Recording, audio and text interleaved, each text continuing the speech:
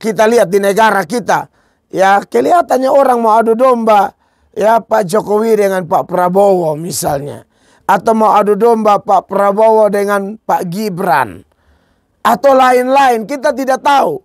Nah, kalau kita lihat dari kacamata ajaran Kristen, maka ini jelas pemecah belah di bangsa kita. Ya, dia suka adu domba sana sini, hasut sana, hasut sini, fitnah sana, fitnah sini, dakwah sana, dakwah sini. Dan kalau orang yang termakan, orang yang terbawa arus, dan kalau itu memang pekerjaan setan dan orangnya terbawa arus, ya kita harus bilang setan berhasil di situ. Apa kita mau setan berhasil? Karena kalau setan berhasil, kekacauan akan semakin parah. Kalau setan berhasil, kekacauan akan semakin hebat. Baik dalam konteks bangsa dan negara, ya. Dalam konteks lebih kecil lagi, misalnya di provinsi, kabupaten, kota, atau di kantor, atau di dinas, bahkan di gereja sekalipun. Ya. Makanya kita tidak mau ya, setan bekerja begitu rupa. Dia adu domba pendeta A dan pendeta B misalnya. Gereja A dan gereja B. Gereja juga harus hati-hati. Ya, kalau Adam dan Hawa, khususnya Hawa waktu itu belum ada dosa. Belum loh. Setan berhasil adu domba. Padahal belum ada dosa itu. Apalagi kita konteks sekarang, keturunan Adam dan Hawa. Kita hasil dari, atau kita nih orang-orang keturunan dari orang-orang yang sudah melanggar aturan main Tuhan. Dan kita dilahirkan dalam dosa. Maka potensi untuk diadu domba itu semakin besar. Tetapi puji Tuhan, kita punya Kristus yang luar biasa. Kita punya Kristus yang selalu berfirman kepada kita. Dengan firman-Nya itulah kita kuat. Dengan firman-Nya itulah saya dan saudara terkendali. Ya, sehingga kita tidak gampang diadu domba.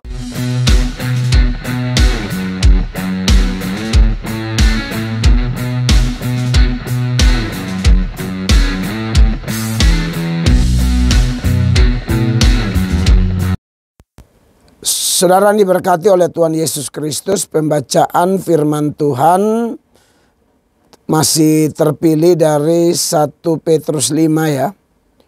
Ayatnya yang ke-8 dan ayatnya yang ke-9. Karena pembahasan minggu lalu itu belum tuntas ya. Ayatnya masih kaya dengan pelajaran rohani bagi kita semua ya. 1 Petrus 5 ayat 8 dan 9.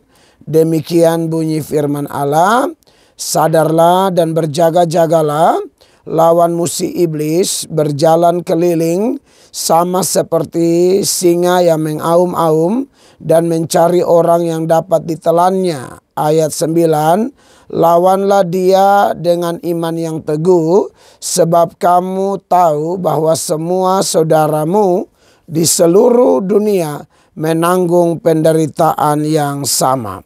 Saudara yang diberkati oleh Tuhan Yesus Kristus, puji Tuhan ya, kita sekali lagi diingatkan oleh Tuhan melalui firman ini bahwa pengikut Kristus, penganut agama Kristen yang sejati adalah orang-orang yang tidak pernah tidur atau tidak boleh tidur lebih tepatnya ya. Kita tidak boleh tidur, kita harus betul-betul selalu berjaga-jaga dalam keintiman kita dengan Tuhan. Saudara yang diberkati oleh Tuhan Yesus Kristus, sadarlah dan berjaga-jagalah. Sudah saya jelaskan minggu lalu, dan ini juga tidak lepas dari pengalaman Petrus sendiri ketika disuruh berjaga-jaga malah ketiduran dan akhirnya melakukan tindakan-tindakan yang tidak benar, tidak sesuai firman Allah. Dia ambil pisau lalu dia potong telinga orang, seperti itu ya. Makanya kalau kita juga pada konteks zaman sekarang, kalau kita tidak banyak berdoa, tidak banyak berjaga-jaga dalam doa, maka yang ada ialah kita menjadi orang yang seperti tidak sadar atau tidak waras, sehingga perkataan, tindakan, ya perilaku kita seringkali bertentangan dengan firman Allah. Dan kalau bertentangan dengan firman Allah akan melahirkan masalah, penderitaan yang memang tidak dikehendaki oleh Tuhan. Taat firman pun ada masalah, taat firman pun ada penderitaan, tapi masalah dan penderitaan yang sesuai dengan kehendak Allah. Dan Petrus sendiri di bagian-bagian sebelumnya sudah mengatakan bahwa kalau kita menderita karena mentaati Tuhan, menderita untuk kemuliaan Tuhan, itu adalah sesuatu yang luar biasa dan kita harus bersyukur, bersukacita, bergembira karena hal-hal tersebut. Ya, kemudian dikatakan lawanmu si iblis. Lawanmu sudah saya jelaskan juga minggu lalu ya. Antidikos itu seperti orang berlawanan di sebuah pengadilan ya. Seperti sekarang ada kasusnya Pak Jokowi, salah satu kasus yang paling viral. Saudara-saudara, rame. Saya pribadi sering menontonnya. Ya, karena sering menontonnya jadi saya tahu sedikit-sedikit lah, tidak tahu banyak. Intinya bahwa ada kelompok yang menggugat ijazah Pak Jokowi ya saudara-saudara. Dan kalau kita belajar tentang teks kita ini memang pasti ada hubungan, karena dikatakan bahwa lawanmu si iblis. Nah, iblis ini saudara-saudara dari kata Yunani diabolos. Diabolos itu bisa berarti pemfitnah, bisa berarti pendakwa. Ya, pemfitnah itu saudara-saudara tidak bisa tidak. Orang yang memfitnah secara sukarela, saya sudah ngomong minggu lalu, secara sukarela memberi dirinya dipakai oleh setan. Kalau kita yang beritakan kebenaran, apalagi dalam konteks Kristen, itu adalah tanda-tanda orang yang memang memberi dirinya dipakai oleh Tuhan. Sedangkan memfitnah itu sukarela memberi diri dipakai oleh iblis. Dan kita tidak tahu ya perkembangannya sampai di mana nanti, karena Pak Jokowi sendiri sudah turun gunung memberi laporan ya.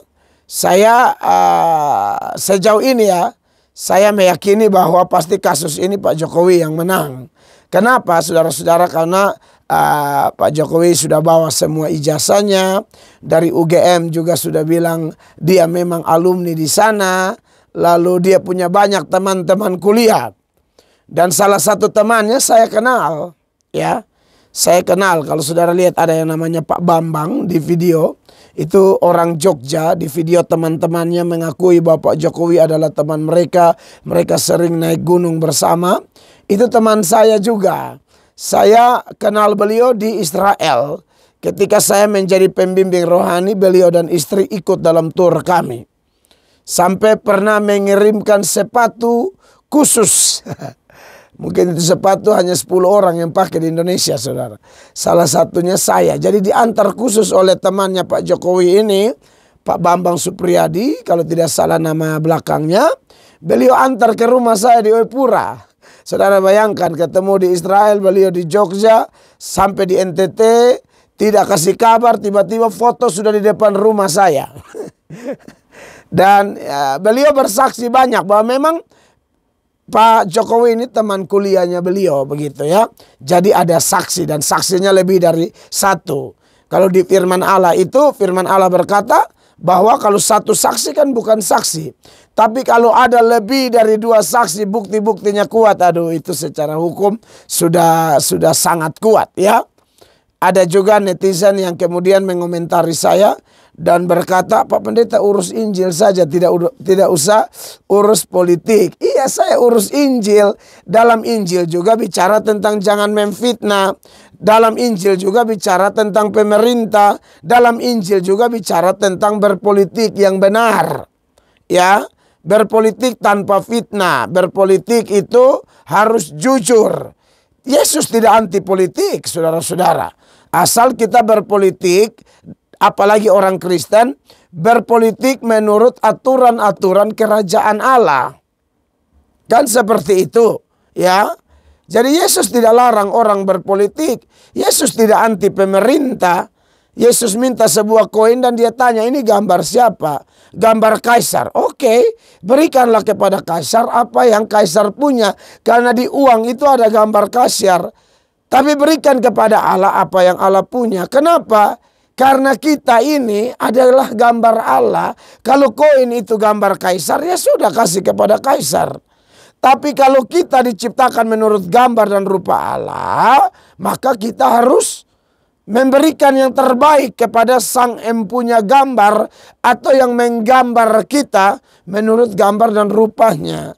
Jadi tidak ada yang namanya tidak boleh politik, tapi terus tentu penempatannya pas. Jangan pas mau pemilu baru kita ngomong begini, kan tidak enak. Iya toh? Itu kurang tepat, ya. Jadi politik praktis seperti itu bahkan di sinode-sinode gereja juga dilarang. Termasuk sinode saya. Tapi kalau mengomentari sesuatu yang ada dasar firmannya, itu bagian dari penginjilan. Itu beritakan Injil, karena bagaimanapun pendeta hamba Allah, pemerintah juga hamba Allah seturut Roma 13 itu ayat 1-7 dan sejumlah data lain yang menyebutkan pemerintah itu hamba Allah, harus menaruh hormat kepada pemerintah. Pak Jokowi juga bukan pemerintah lagi, kan, mantan presiden. Jadi saya sedang menyoroti tentang iblis itu nama lainnya adalah pendakwa atau pemfitnah. Maka dari itu saya tetap akan menyampaikan ini karena banyak orang Kristen juga yang ada di pemerintahan. Ya mungkin tidak semua orang Kristen mau dengar kami, tapi ada yang mau dengar. Jadi kalau yang tidak mau dengar, ya mau tidak mau Anda harus skip kami. Ya toh? Atau jangan nonton kami. Tapi kalau orang-orang yang butuh tuntunan, butuh firman, ya kami harus kasih tahu dong. Ada satu kasus di mana penegak hukum di negeri ini, mereka membuat keputusan terhadap satu kasus. Ya, kasusnya cukup berat, ya. Kasus yang mengerikan sekali. Lalu waktu mereka mau membuat keputusan, secara hukum sudah beres. Tapi karena penegak hukum ini orang Kristen, ya, dia konsultasi dengan kami, pendeta. Nah, disinilah dan ada kerjasama di sana. Jadi tidak boleh anti juga, tapi tidak boleh sembarang juga, ya. Kami rasa bahwa apalagi kami ya sebagai orang NTT ada hubungan emosional yang luar biasa dengan mantan presiden ke-7 itu, karena selama 2 periode 10 tahun betul-betul kami melihat keadilan sosial, begitu kan, di berbagai tempat, khususnya di Indonesia Timur.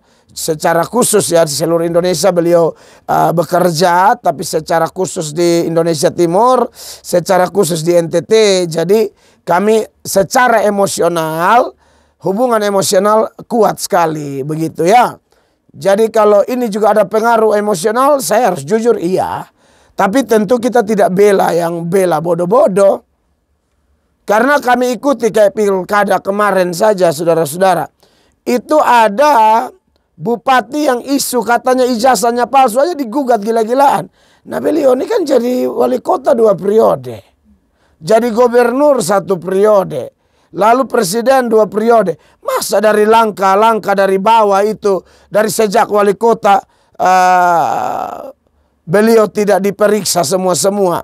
Apalagi waktu itu beliau ada di satu partai yang besar yang tentu tidak abal-abal, tidak sembarangan begitu ya. Jadi menurut saya apapun ke depan, seperti apapun pokoknya kita orang Kristen tetap mendoakan saja, karena kita tidak tahu apa di balik ini, permainan politik apa dan lain-lain kita tidak tahu, dan apa pengaruhnya bagi bangsa dan negara kita, apa pengaruhnya secara khusus bagi kita orang Kristen. Yang pasti kita jangan ikut-ikutan menyebarkan berita bohong, fitnah, karena itu adalah pekerjaan iblis dan anak-anak iblis. Dan yang kedua, kita berdoa saja supaya Tuhan buat yang terbaik. Nah, arti lain dari iblis adalah mendakwa, saudara-saudara. Ngomong-ngomong tentang mendakwa ini, saudara-saudara harus ingat ya, setan itu mendakwa yang pertama, dia mendakwa kita di hadapan Allah. Ya, saudara ingat bagaimana dia mendakwa Ayub di hadapan Allah. Tuhan bilang dari mana? Dia bilang jalan keliling dunia. Di Ayub pasal 1 itu ya. Ayat 7, 8, 9, dan 10. Lalu Tuhan bilang, sudah lihat hambaku Ayub. Tidak ada orang yang saleh, jujur, dan takut akan Allah seperti dia. Tidak ada. Langsung setan mendakwa dan berkata, iya dia seperti itu karena engkau memberkati, memagari dia. Coba kalau engkau izinkan dia mengalami penderitaan dan seterusnya ya. Dan akhirnya kekasih Tuhan tahu bahwa Tuhan izinkan, tapi akhirnya Ayub keluar sebagai pemenang. Karena Allah tidak pernah tinggalkan orang diproses lalu dia menderita tanpa pertolongan Tuhan. Ya, Tuhan pasti ada di pihak orang-orang yang atas seizinnya. Dia mengizinkan kita mengalami sejumlah proses. Rumah tangga, kesehatan, ekonomi, apapun. Allah tidak akan tinggalkan kita. Ingat Roma 8 ayat 28. Kita tahu sekarang bahwa Allah turut bekerja dalam segala sesuatu untuk mendatangkan kebaikan bagi siapa? Bagi mereka yang mengasihi dia. Yaitu siapa? Mereka yang terpanggil sesuai dengan rencananya. Makanya setelah pemulihan itu, Ayub 42 ayat 1, maka jawab Ayub kepada Tuhan, aku tahu sekarang bahwa tidak ada rencanamu yang gagal. Ya, kadang-kadang di proses kita marah, kita punya pikiran, perasaan terganggu, fokus menjadi lari dan mulai sembarang ngomong dan lain sebagainya. Tapi kalau kita tenang, ya kita akan lihat pertolongan Tuhan, keajaiban Tuhan, rencana Tuhan yang sempurna. Ya, kita bingung, Allah tidak bingung. Kita marah, Allah tidak marah. Ya, karena anak-anaknya. Dia tahu bahwa kita lemah. Tapi percayalah, sekalipun Anda tidak melihat dia, dia ada menyertai kita. Karena dia tidak pernah berdusta, bukan? Dia bilang apa? Ketahuilah, apalagi bagi mereka yang sudah percaya Tuhan mau memberitakan Injil, ketahuilah, aku menyertai kamu senantiasa sampai kesudahan zaman. Lalu dia juga mendakwa Tuhan di hadapan kita. Seperti yang dia lakukan kepada Adam dan Hawa, khususnya Hawa. Dia menjelek-jelekan Allah kepada Hawa. Dan akhirnya apa saudara-saudara? Hawa tertipu. Nah ini yang dia punya nama Divide et Impera. Adu domba. Ya, di A dia kasih jelek B, di B dia kasih jelek A. Ya, di Tuhan dia kasih jelek manusia, di manusia dia kasih jelek Tuhan. Intinya bikin Tuhan dengan manusia berseteru. Atau bikin manusia A dan manusia B berseteru. Itu cara kerja setan. Ya, makanya saudara harus hati-hati dalam setiap persoalan masalah yang kita hadapi. Makanya seperti kita lihat di negara kita. Ya, kelihatannya orang mau adu domba. Ya, Pak Jokowi dengan Pak Prabowo misalnya. Atau mau adu domba Pak Prabowo dengan Pak Gibran. Atau lain-lain, kita tidak tahu. Nah, kalau kita lihat dari kacamata ajaran Kristen, maka ini jelas pemecah belah di bangsa kita.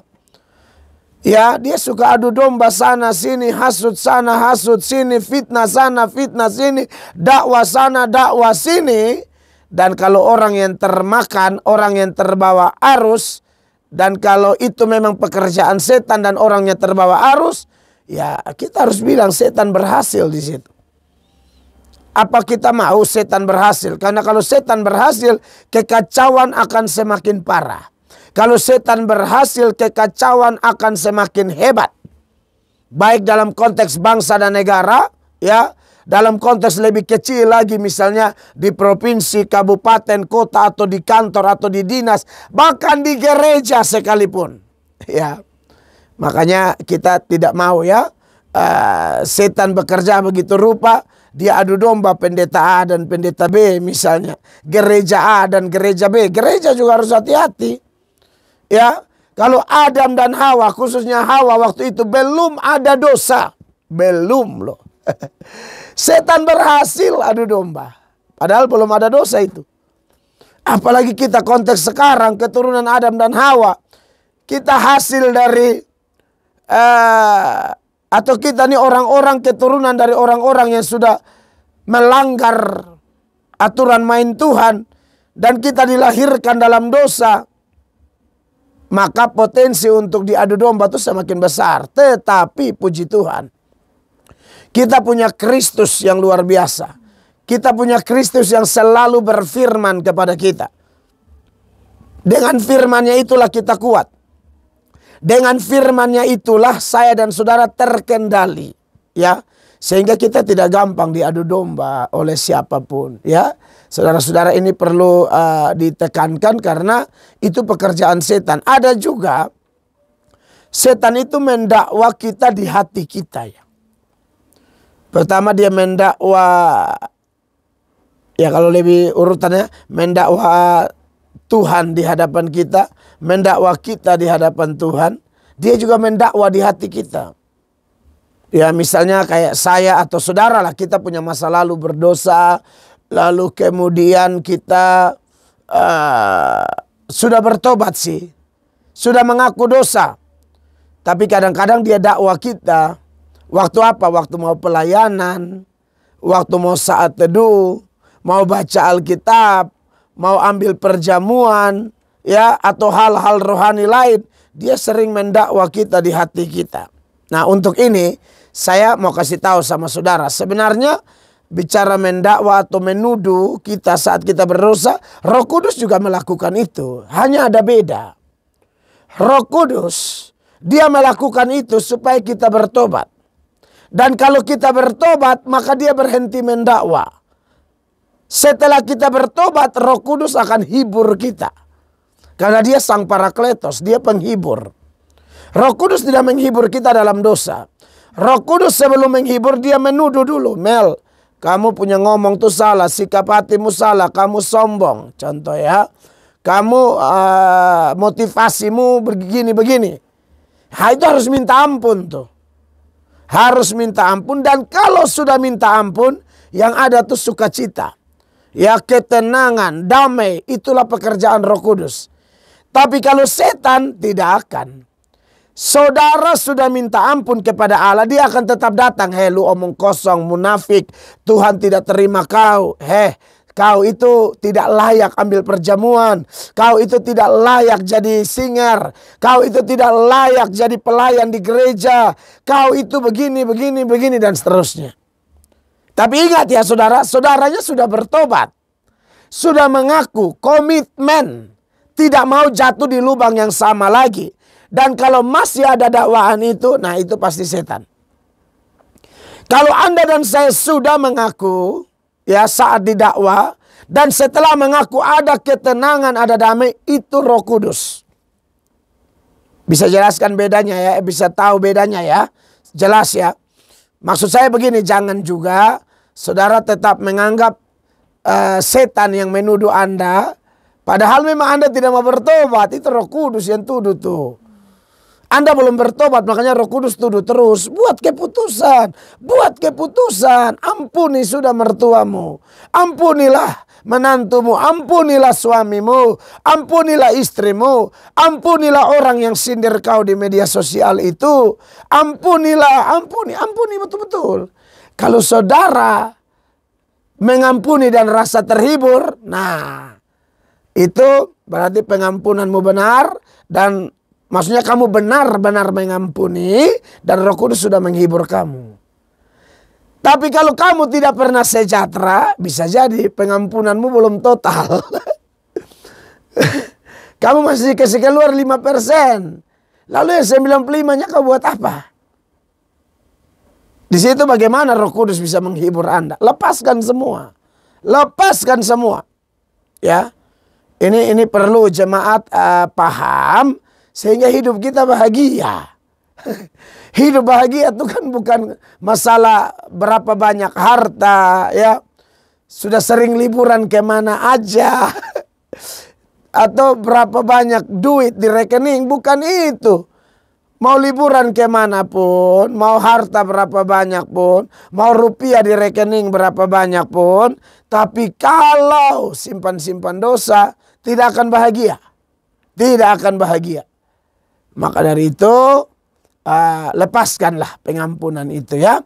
Nah, kemudian saudara-saudara, ayat ini dilanjutkan.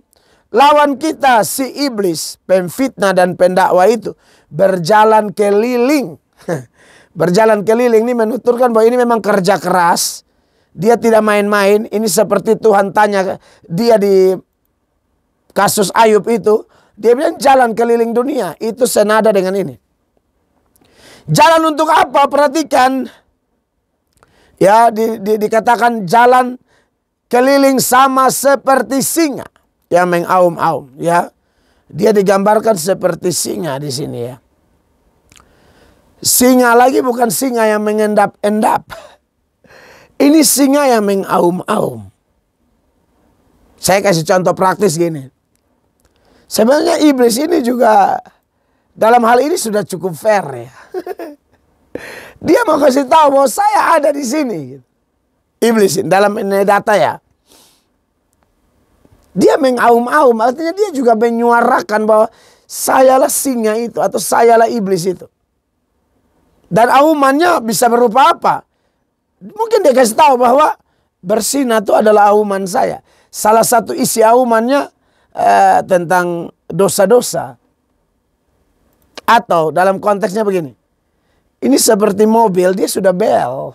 Dia sudah klakson Anda nih. Jalan yang engkau berdiri itu jalannya. Ya, saya tidak puji setan di sini. Saya hanya mau kasih tahu, sebenarnya sudah cukup sportif dia.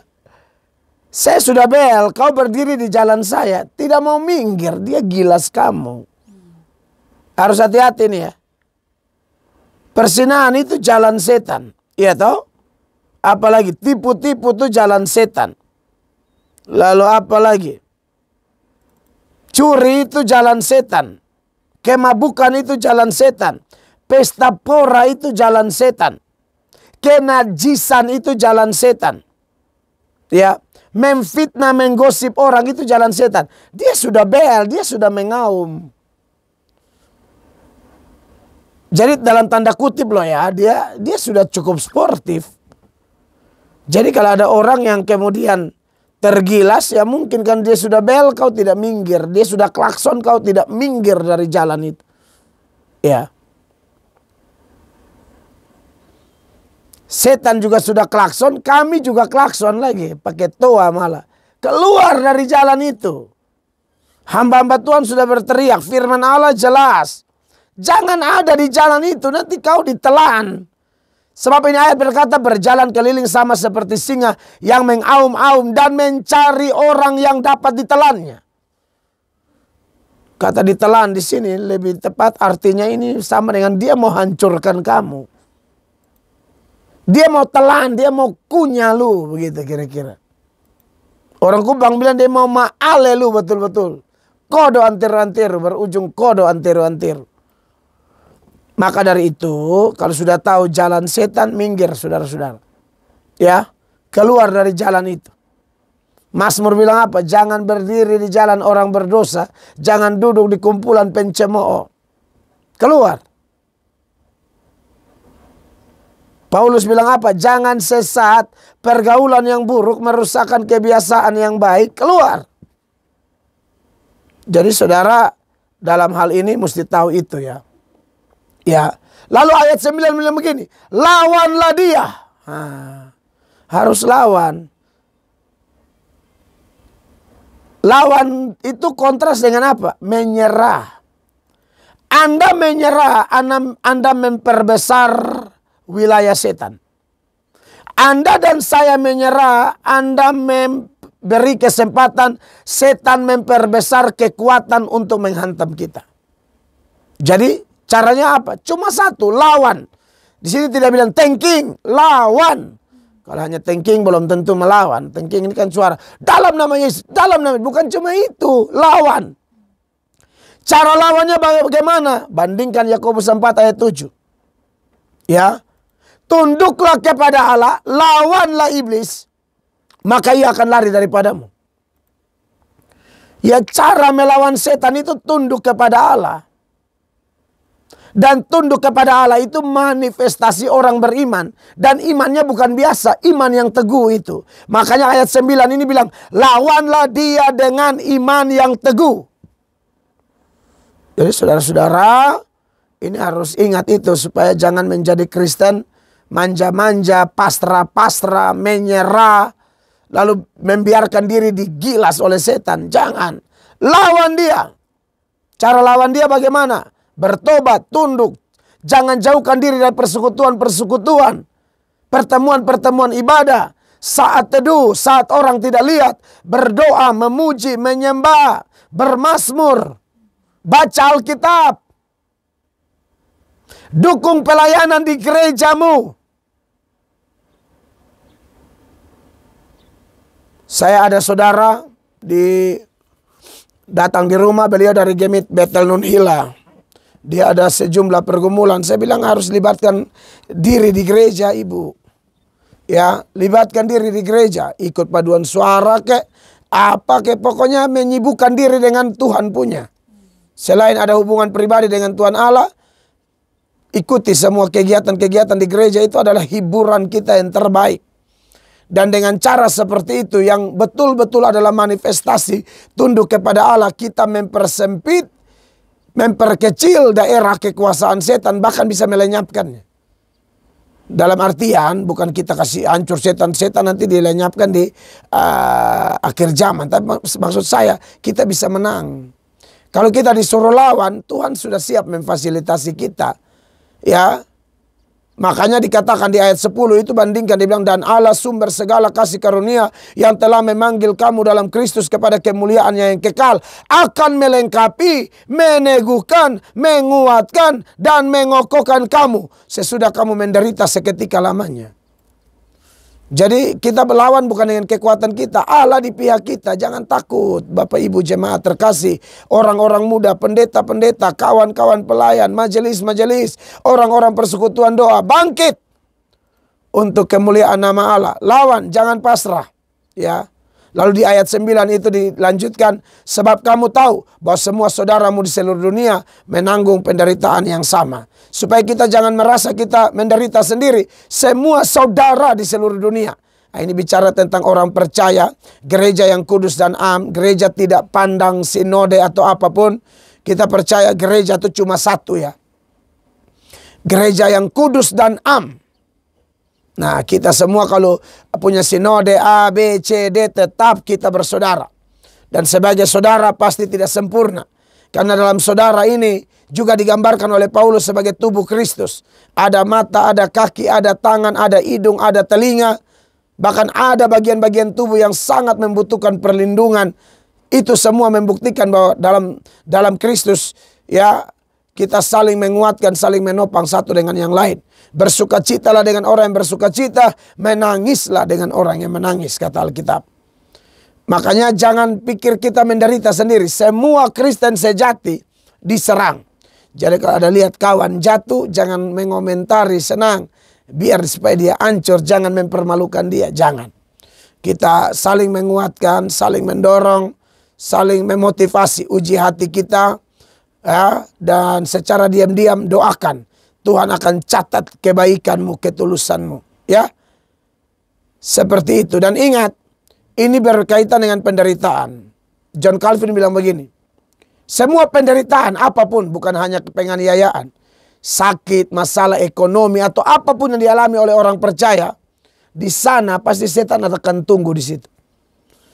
Akan berurusan dengan dia. Kan dia mau melihat kesempatan kapan kita menyerah, kapan kita pasrah, kapan kita mau melangkah dengan langkah-langkah yang tidak alkitabiah, setan akan dukung penuh di situ. Maka hati-hati, tetaplah andalkan Tuhan. God bless you all. Saya harap khotbah ini memberkati Anda dan saya.